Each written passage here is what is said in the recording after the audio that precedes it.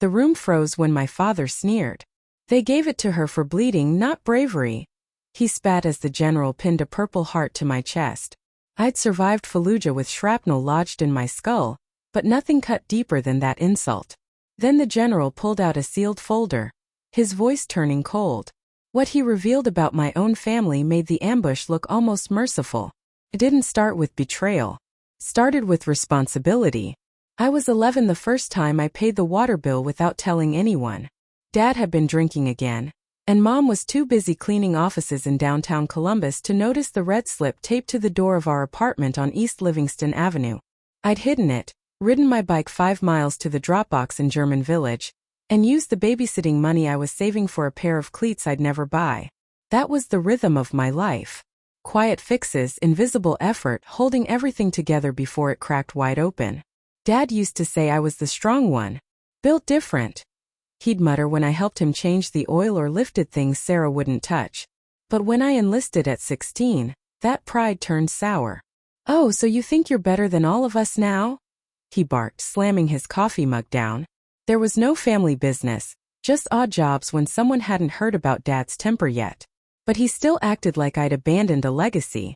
Mom cried, but not for the reasons I'd hoped. "I just want you to be safe," she said. But 2 weeks later she asked if I could start sending money home. Only until Ryan gets back on his feet. Ryan never found his feet.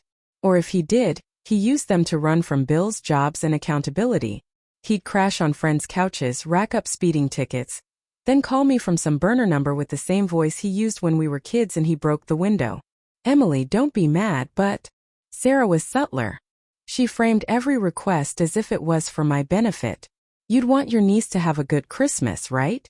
You don't want me to drop out, do you?" I paid her tuition more than once. She thanked me once. Over the years the requests piled up. Rent, car repairs, emergency vet bills, bail money. I sent what I could, even when I was stationed overseas. I'd be crouched in a sandblasted tent in El Anbar, headaches pulsing behind my eyes, trying to wire money home while listening to mortar rounds in the distance.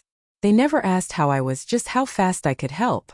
I convinced myself it was love, that if I just gave enough, did enough, stayed useful enough, they'd see my worth. But every time I came home it was the same. Dad scoffing at my uniform. Ryan making soldier jokes. Sarah texting under the table during dinner.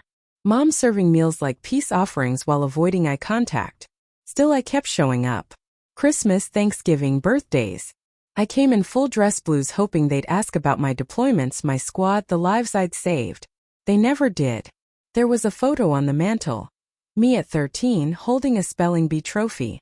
The frame was cracked and crooked. No one ever fixed it. I used to think they just hadn't noticed. But after everything that happened I realized they noticed. They just didn't care. The Purple Heart ceremony was supposed to be the moment it all shifted. I'd imagined it dozens of times in my head. My family rising to their feet, faces soft with pride, maybe even tears in their eyes. I pictured Dad clapping the loudest, finally seeing the weight I'd carried.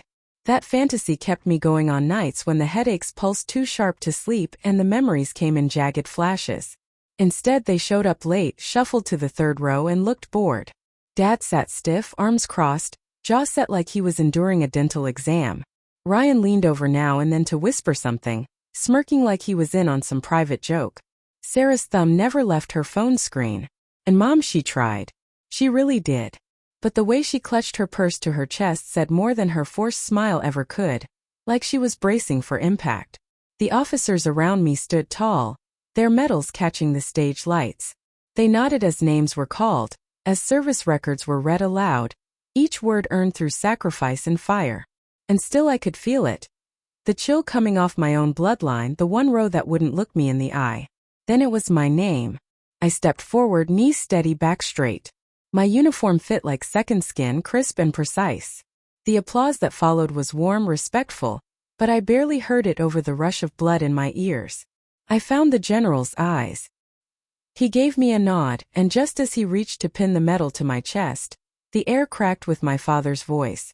They gave it to her for bleeding, not bravery. It hit harder than the blast in Fallujah. There was a ripple of discomfort through the crowd.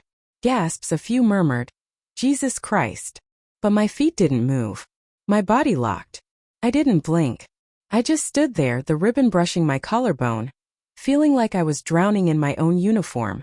The general didn't move either. His hand froze mid-motion, pin hovering just shy of fabric. His eyes shifted from me to the third row to my father. Then something shifted. He reached into his jacket and pulled out a manila folder sealed, stamped. My stomach turned. This wasn't part of the script. "Ladies and gentlemen," he said, his voice dropping an octave, becoming something colder, heavier. "We're here today to honor Sergeant Emily Harper for her bravery in Fallujah. But there's more to her story, and you deserve to know it." He opened the folder. I could barely breathe. "The ambush that wounded Sergeant Harper was not random," he continued. "Our investigation has concluded that intelligence about her unit's movement was leaked. Compromise from within." The crowd stilled. Even Sarah looked up from her phone. "The source," he said, gaze hardening, "was her own family. After the ceremony, I didn't go to the reception. I didn't speak to the press. I walked straight past the rows of stunned faces, down the hallway, and into the parking lot. My hand shook so hard I couldn't get the car key in on the first try. For the next 2 days I turned my phone off. Not just silent, off. No missed calls, no texts, no apologies that weren't really apologies. Then I walked into the investigator's office and said 5 words I never thought I'd say. "I'm ready to give a statement." From that point on, I stopped surviving quietly. I started paying attention. The OSI team didn't hold back. They showed me the breakdown. Wire transfers from Meridian Research to a shared Harper family account. The amounts were regular, increasing, and always lined up with sensitive events, unit deployment, patrol rotation, even the week we switched vehicles. I remembered every one of those changes, every one of those risks. And now I knew every time I thought I was keeping my squad safe, someone back home had already sold us out. I didn't confront my family. Not yet. Instead, I changed my bank account, canceled the auto payments I'd set up to cover Sarah's school fees and Ryan's overdue phone bills. I gave notice on the storage unit I'd been paying for back in Columbus that held their furniture temporarily. I moved everything into classified control, my comms, my passwords, my mail, and I started therapy. The first session I said nothing for 10 minutes. Just sat there staring at the carpet. Then I asked, "Is it still betrayal if they didn't mean to hurt me?" The therapist looked at me and said, "Did you bleed less because they didn't mean to?" That broke something open. I began documenting everything. Conversations I remembered, odd requests they'd made, timelines that now made sense. I pulled old voicemails, screened emails I'd ignored. It was all there, hiding in plain sight. A month passed then too. One morning Sarah texted, "Rent's due. Can you cover it?" I replied, "No." One word, no explanation. 3 minutes later Ryan called. Straight to voicemail. Then came the group chat message from Mom. "Emily, we don't know what they're saying, but we're still your family." I didn't answer. Instead, I printed that message, highlighted the word "still," and filed it with the rest of my documents. Still your family. Like that title erased the blood on their hands. I wasn't out for revenge. I wasn't planning to ruin them. That was never the goal. What I wanted was silence, freedom. And I took it the only way I knew how. I stopped explaining, stopped rescuing, stopped answering. And in that silence, something unexpected happened. I began to breathe again. The silence didn't go unnoticed. And when my family realized I wasn't coming back, not with money, not with explanations, not with forgiveness, they turned up the volume. Mom started with guilt. Powder blue envelopes arrived weekly, her handwriting careful, her words heavy with selective memory. "We never meant to hurt you, Emily. Families make mistakes. But this silence, it's killing us." She never mentioned the money or the soldiers or the general's folder. Only her pain. Ryan tried charm. He showed up outside my building one evening, leaning on the hood of a borrowed car like nothing had happened. "Come on, sis. Let's grab dinner. Clear the air." I didn't answer. Just walked past him and into the building. He followed me halfway to the door before saying, louder than necessary, "You think you're better than us now. All that uniform did was turn you cold." Sarah went nuclear. She posted a long message online, just vague enough to avoid legal trouble, just pointed enough to cause damage. Some people think war gives them the right to abandon their own blood. Just because you wear a medal doesn't mean you didn't destroy your family. The likes rolled in. So did the comments. People I hadn't seen since high school tagging me, asking what was going on. I didn't respond, but I saved screenshots. Then came the community whispering. Old neighbors approached me at the grocery store in Hilliard. Church ladies sent me Facebook messages. Your mom's been so sad lately. Your dad hasn't left the house in days. They miss you. Why can't you just talk to them? Because talking had become a weapon. And I wasn't stepping back onto that battlefield. The real breaking point came 3 months after the ceremony. I received a letter from a distant cousin, a woman I barely knew, inviting me to Thanksgiving. She wrote about healing, about how the family needed a leader to bring us together again. The word leader was underlined as if this was a campaign, as if I'd earned rank just to be used again. That night, I sat at my kitchen table with the letter in one hand and my purple heart in the other. One was shiny, official, earned in blood. The other was paper, ink, and manipulation dressed up as reunion. I burned the letter in the sink. They tried everything. Guilt, shame, nostalgia, smear tactics, sympathy campaigns. But I'd changed. I didn't flinch when they cried. Didn't explain when they lashed out.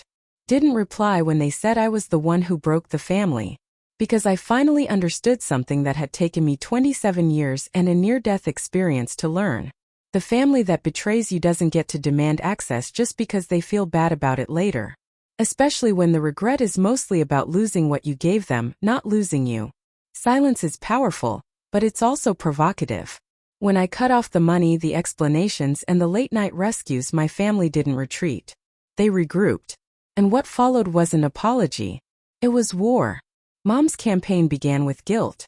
Letters in soft blue envelopes, her handwriting curling like smoke. We all make mistakes, Emily. Families forgive. Don't let pride ruin us. But the words never touched the truth.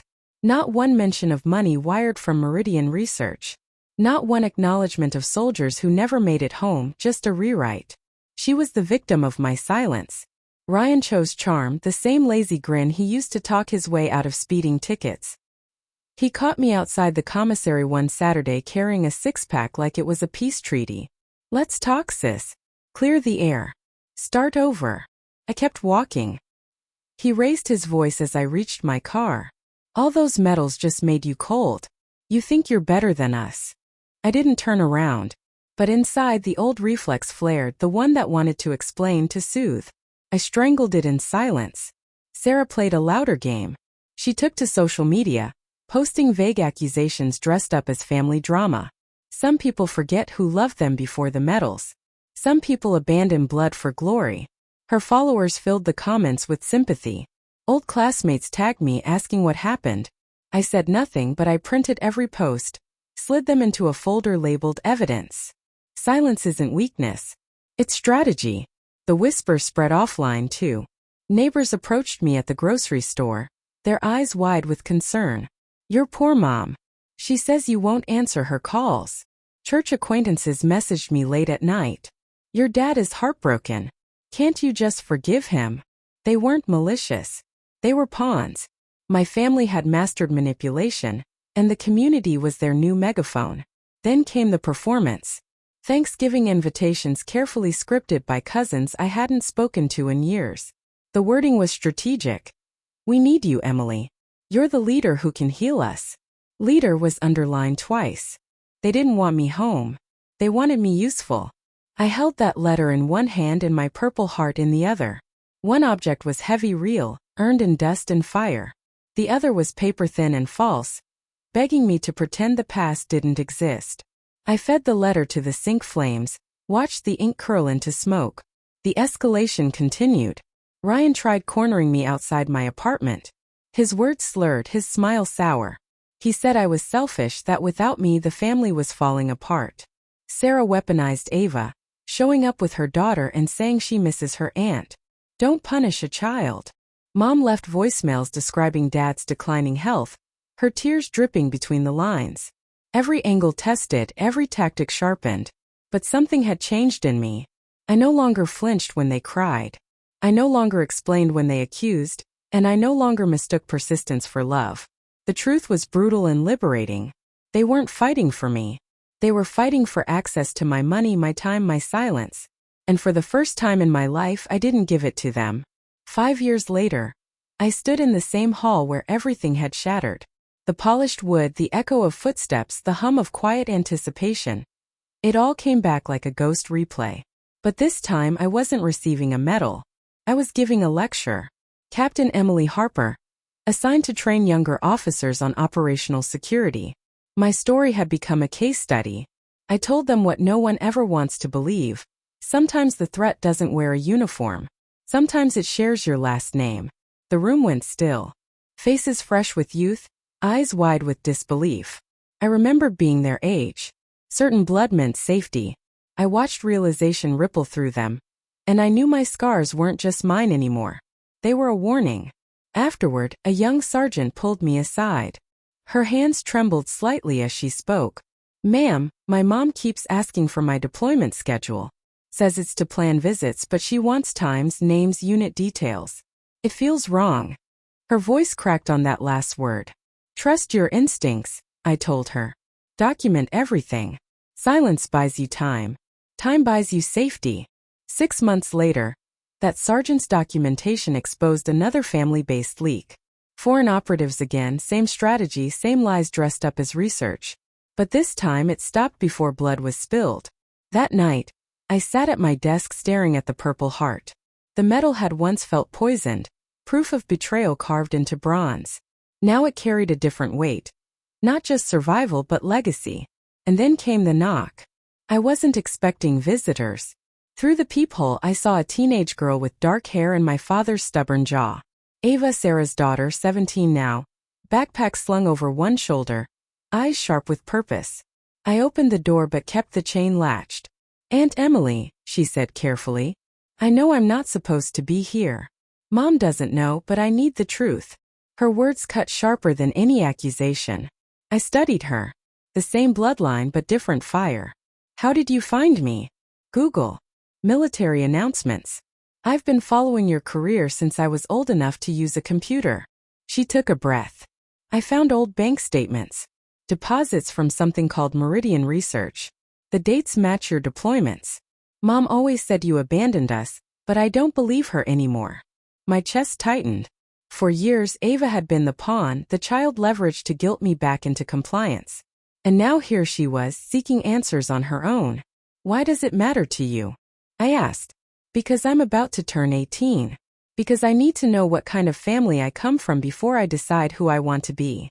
So I told her, not every classified detail but enough. The ambush, the folder, the money, the betrayal. She sat in silence, face pale, knuckles white on her backpack straps. When I finished, she whispered, "They said you were cold, that you destroyed the family, but you were the one they destroyed." I nodded once. Ava's eyes burned with something fierce. "I don't want to be like them. I want to be better. I want to serve, not for penance, for myself. So one day someone can say, I did something that mattered." For the first time in years, when I looked at family, I felt possibility. "Write to me," I said finally. "I can't promise I'll always answer, but I'll always read." She smiled, a small shaky thing but real. And in that moment I saw the echo. I never expected not a repetition of betrayal, but a chance to break the cycle.